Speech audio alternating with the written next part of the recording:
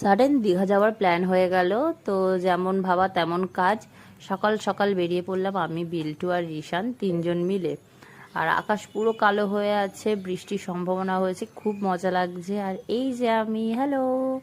তো চলো, সকাল সকাল কিছু খেয়ে বেরাইনি, ব্রেকফাস্ট করিনি, সেই জন্য প্রচণ্ড জোর খিদে পেয়ে গেছিলো। সেই জন্য কোলাঘাটে আমরা দাঁড়িয়ে এই ধাবাটার মধ্যে ঢুকলাম এবং এখানে আমরা খেতে খাবার অর্ডার করলাম। আর আমি খেয়েছি হচ্ছে আলুর পরোটা উইথ চাটনি, আর বিল্টু খেয়েছে হচ্ছে ডিম টোস্ট সস দিয়ে।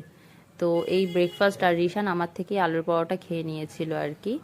তো এই হালকা ফুলকা একটু ব্রেকফাস্ট করে আমরা আবার রওনা দিলাম দীঘার উদ্দেশ্যে। কখনো রোদ, কখনো মেঘলা, এরকম করতে করতে হঠাৎ করে ঝমঝমিয়ে বৃষ্টি চলে এলো আর আমরা পৌঁছে গেলাম দীঘাতে।